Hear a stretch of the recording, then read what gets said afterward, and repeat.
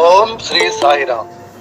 సర్వదేవతాతీత స్వరూపులు భగవాన్ శ్రీ సత్యసాయి బాబా వారి పాద పద్మములకు నమస్కరిస్తూ భక్తులందరికీ సాయిరామ్. శ్రీకృష్ణుడు శ్రీ సత్యసాయి గ్రంథ పఠనంలో ఈ రోజున కాంతి వలయము అనే శీర్షిక. తెల్లవారుజామున 3 గంటల సమయం అయింది. ఆ బ్రాహ్మీ ముహూర్తంలో మధురలో కంసుని చెరసాలలో ఉన్న దేవకీదేవికి శ్రీకృష్ణుడు కుమారుడిగా అవతరించాడు.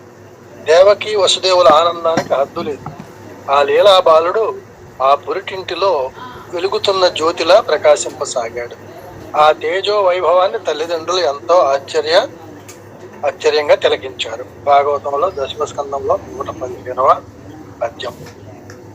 శ్రీకృష్ణుడు ద్వాపరయుగంలో శ్రీముఖనామ సంవత్సరములో శ్రావణ బహుళ అష్టమి రోహిణి నక్షత్రములో అర్ధరాత్రి 3 గంటల సమయంలో, అంటే క్రీస్తు పూర్వము 3228వ సంవత్సరం జూలై 20వ తేదీ నాడు జన్మించాడని భగవాన్ శ్రీ సత్యసాయి బాబా వారు శ్రీకృష్ణుని జన్మదినం గురించి చెప్పారు. అప్పుడు బాల సత్యసాయికి 9 నెలల వయసు. ఇదొక సంఘటన. బాల సత్యసాయికి 9 నెలల వయసు. ఆ రోజు ఈశ్వరమ్మ బాబుకు అప్పుడే నీళ్లు పోసి దుస్తులు వేసింది. కళ్లకు చల్లని కాటుక పెట్టింది. శివాలయం నుంచి తెచ్చిన విభూతి ముఖాన పెట్టి సత్యమ్మ గుడి నుంచి తెచ్చిన కుంకుమ నుదుటి దిద్దింది. తరువాత బాలుణ్ణి ఎత్తుకుని వచ్చి ఉయ్యాలలో పడుకోబెట్టి ఒకసారి ఊపి పొయ్యి మీద పొంగుతున్న పాలను చూడటానికి గబగబా అవతలకు వెళ్ళింది. ఒక్కసారిగా ఆ బాబు కెవ్వున ఏడ్చాడు. ఆ తల్లి ఉలిక్కిపడింది. కారణం, అబ్బాయి పుట్టిన తర్వాత ఏ కారణం వల్ల గాని ఆకలైనా బాధ కలిగిన అసౌకర్యంగా ఉన్న ఎన్నడూ అలా ఏడవలేదు. ఇది తల్లికి ఆశ్చర్యంగా ఉంటూ ఉండేది అలా ఏడవకపోవడం. అటువంటిది ఆ రోజు అలా ఏడవగానే ఈశ్వరమ్మ బాబుని ఎత్తుకొని ఒళ్ళో పడుకోబెట్టుకొనగానే బాబు ఏడుపు మానాడు. ఆ సమయంలో ఆ బాలుని చుట్టూ అత్యంత ప్రకాశవంతమైన కాంతి వలయాన్ని ఆ తల్లి చూసింది. ఆ కాంతి పుంజం తేజస్సు వెదజల్లుతూ దగ్గరగా ఉన్నప్పటికీ చాలా చల్లగా ఆహ్లాదకరంగా అనిపించిందే కానీ ఇబ్బందిగా అనిపించలేదు. అది వేడిగా ఉంటుందేమో కాంతి పుంజం అనుకుంటే, కానీ చల్లగా ఉంది అనిపించలేదు. కానీ ఆమె ఆనందంతో కొయ్యబారిపోయింది. ఆ కాంతి చాలాసేపు ఉండి క్రమక్రమంగా తగ్గింది. ఆమె అత్తగారు వచ్చి ఆమెను కదిపే వరకు ఆమెకు ఒళ్ళు తెలియలేదు.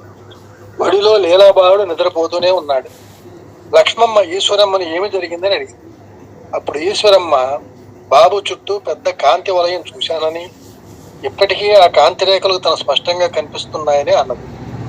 ఆ మాటలు విని ఆమె నోటి మీద వేలుంచుకొని ఆశ్చర్యపడుతూ, ఈ విషయం ఎవరితోనూ అనవద్దు, వాళ్ళు అర్థం చేసుకోకుండా రకరకాల వ్యాఖ్యానాలు విమర్శలు చేస్తారు అన్నది లక్ష్మమ్మ కోడలు. 1940వ సంవత్సరం అక్టోబర్ 20వ తేదీ నాడు, ఇది చాలా ముఖ్యమైనటువంటి దినము సత్యసాయి యొక్క జీవితంలో. 1940వ సంవత్సరం అక్టోబర్ 20వ తేదీ నాడు సత్యం స్కూలుకు బయలుదేరి వెళ్ళాడు. అంతలోనే అతనిలో హఠాత్తుగా మార్పు కలిగి ఇంటికి తిరిగి వచ్చి పుస్తకంలోని పారవేచి, నేను మీ సత్యాన్ని కాను, నేను సాయిబాబాను అని బిగ్గరగా పలికాడు. ఆ శబ్దం విని లోపల వంట చేస్తున్న వదిన గారు కిటికీలోంచి చూడగా సత్యం శిరస్సు చుట్టూ దివ్య ప్రకాశం విరాజిల్లుతున్నది. సత్యం ఆమెతో, నేను వెళుతున్నాను, నేను మీ వాడను కాను, మాయ వీడింది, నా భక్తులు నన్ను పిలుస్తున్నారు, నేను సంకల్పించుకొని వచ్చిన కార్యక్రమం ప్రారంభించవలసి ఉన్నది అన్నాడు. శ్రీ సత్యసాయి భగవానుడు అవతార ప్రకటన గావించిన శుభదినమది. ఈనాటికి కూడా ఆ రోజున రకరకాల కార్యక్రమాల్ని అక్టోబర్ 20వ తేదీని ప్రతి సంవత్సరం కూడా చేస్తూ ఉంటారండి కార్యక్రమాలు. బాల సత్యసాయి చిత్రావతి ఇసుకలో భక్తుల్ని కూర్చొనమని తాను ప్రక్కనున్న కొండపైకి ఎక్కి వారిని పిలిచి తనను చూడమని చెప్పేవాడు. అప్పుడు బాబా శిరస్సు చుట్టూ కాంతి కిరణాలు వలయాకారంగా తేజరిల్లటం ఎందరో భక్తులు దర్శించారు.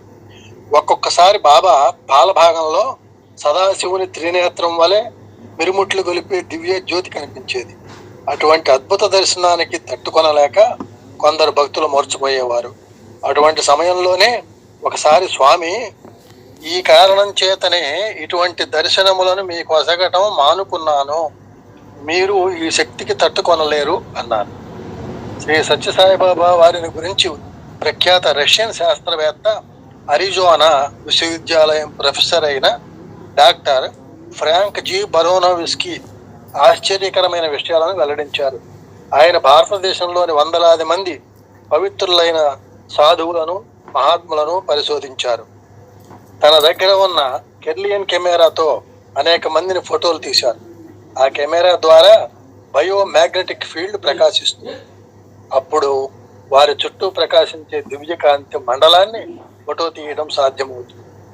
ఆ శాస్త్రజ్ఞుడు 1978 జూలైలో ఒక వారం రోజులు వైట్ ఫీల్డ్ లో ఉండి తన కెర్లియన్ కెమెరాతో శ్రీ సత్యసాయిబాబా వారిని అనేక పర్యాయాలు ఫోటోలు తీసి ఆసక్తికరమైన, ఆశ్చర్యకరమైన విషయాలను వెల్లడించారు. ఆ వచ్చిన ఛాయాచిత్రాలు ఆ సైంటిస్టునే ఆశ్చర్యచకితుడిని చేసి వణికించి వేశాయి.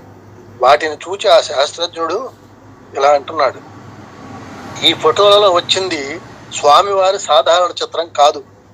మనుష్యుని పరిమాణానికి రెండింతలు గల తెల్లని కాంతిపుంజం, దాని చుట్టూ వినీల కాంతి వలయం, మరల దాని చుట్టూ పాటల వర్ణం నిండిపోయి మొత్తం ఆశ్రమం అంతా చుట్టి ఆకాశంలోని దిక్చక్రం వరకు వ్యాపించింది.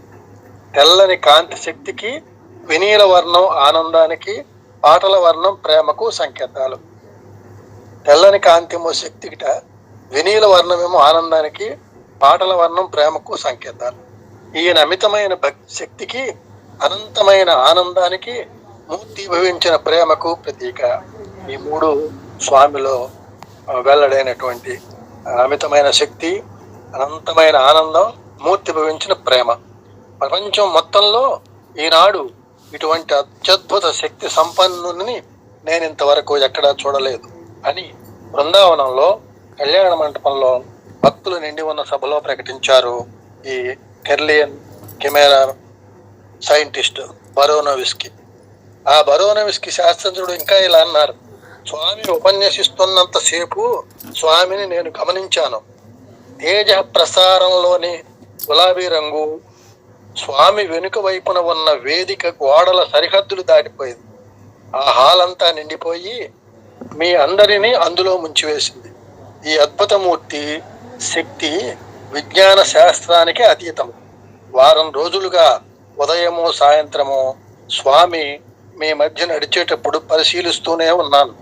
వారి తేజ ప్రసారము గులాబీ రంగులో ఉండి వారు ఎవరిని స్పృశించినా, ఎవరితో మాట్లాడినా ఆ కాంతి వారందరిలోకి ప్రసరించి తిరిగి వారిలో చేరిపోతుంది. చక్రాల కుర్చీలో కూర్చున్న ఒక బాలికను భగవానుడు స్పృశించి ఆశీర్వదిస్తుండగా ఆయనలో నుంచి తేజస్సు ఆ బాలికలోకి ప్రవహించడం స్పష్టంగా చూశాను. దివ్య ప్రేమ మానవ రూపంలో ఇక్కడ సాక్షాత్కరించింది అన్నారు. ఒకనాడు సాయి పరమాత్మని కళ్ళల్లోకి పరిశీలనగా చూసిన ఆ శాస్త్రజ్ఞునికి స్వామి కళ్ళ లోపల వజ్రపు కాంతులు మెరిసిపోతూ కనిపించాయి. ఇటువంటి తేజస్సు నాకు ఎవరి కళల్లోనూ కనిపించలేదు అంటారు బరోనోవిస్కీ మహాశయుడు. బ్రిడ్జ్ సంపాదకుడు కరంజియా భగవాన్ బాబా వారితో మాట్లాడుతూ, మీ చుట్టూ కాంతి కిరణాలు ప్రసరించడం చూసినట్లు జాన్ హిస్లాపు మరికొందరు వెల్లడించారు, నిజమేనా అని అడిగాడు కరంజియా. అప్పుడు స్వామి చిరునవ్వు నవ్వి, వారే కాదు, కొన్ని వేల మంది ఆ కాంతి కిరణాలను సందర్శించారు. స్వచ్ఛమైన అభిమానం కలవారికి, భక్తితో బుద్ధి వికసించిన వారికి ఆ కాంతి కనిపిస్తుంది అన్నారు. అనగా దైవలీలల్ని మనం అనుభవించాలన్నా, ఆనందించాలన్నా మనలో నిష్కలమైనటువంటి, విశ్వాసమైనటువంటి ప్రేమ, భక్తి, మంచి బుద్ధి ఉన్నప్పుడు మాత్రమే అలాగా మనం భగవంతుని యొక్క శక్తుల్ని కొన్ని చూడటానికి భగవంతుడు మనల్ని అనుగ్రహిస్తారు. నిన్న చెప్పినట్లుగా ఆ గాలి శారదాదేవి గారు గంధర్వుల్ని చూడగలిగింది అంటే ఆమె తపస్సుని గనక ఆ పుటపర్తి మందిరం పైన విహరిస్తున్నటువంటి గంధర్వుల్ని ఒక బ్రాహ్మ్య ముహూర్తంలో చూడడం జరిగింది. అందుకని సాధారణ మానవుడు చూడలేకపోయినా కనీసం చూసిన వారు చెప్పిన దాన్ని నమ్మినా కొంత మనకి ఆ భగవంతుడి యొక్క అనుగ్రహం కలుగుతుంది. సంశయిస్తే ఆ మాత్రం కూడా పోతుంది. అందుకే సంశయాత్మక వినాశక అని కూడా అంటారు. కనుక వారు చూశారు, చెప్పారు, మనకు కూడా ఆనందాన్ని కలుగజేశారు. ఇది స్వామి దగ్గర ఉన్నటువంటి కాంతి పుంజం గురించి ఈరోజు తెలుసుకున్నాం. సాయిరామ్ అండి.